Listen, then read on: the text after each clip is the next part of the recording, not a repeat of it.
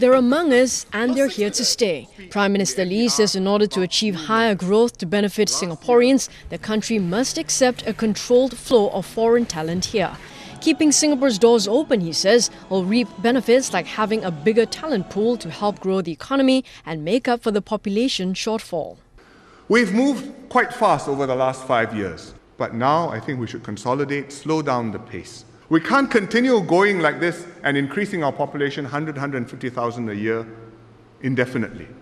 And we should give Singaporeans time to adjust and our society time to settle and integrate better the new arrivals. But we must not close ourselves up. We have to continue to be open today so that we bring in the right people, manage the difficulties, whatever they may be, so that a generation from now, Singapore will still be thriving and prospering. Mr. Lee explained in detail how the government will address the concerns of having more foreigners here. He gave the assurance that Singaporeans' jobs will be protected by restricting foreign workers through increased levies.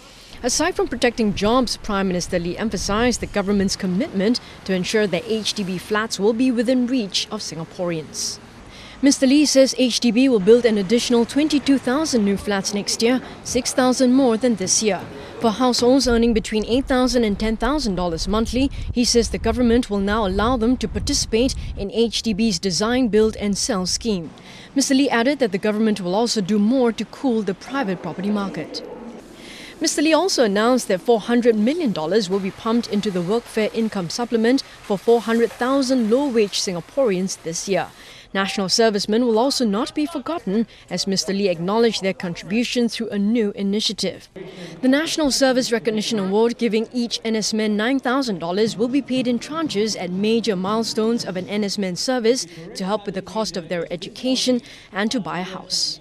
Ultimately, to manage Singapore's immigration, talent and population policies, the government will set up a high-level population and talent division.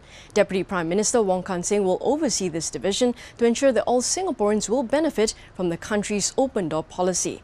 But Mr. Lee acknowledges that immigration is a continuing issue, so he says that the country as a whole must manage, monitor and adjust along the way.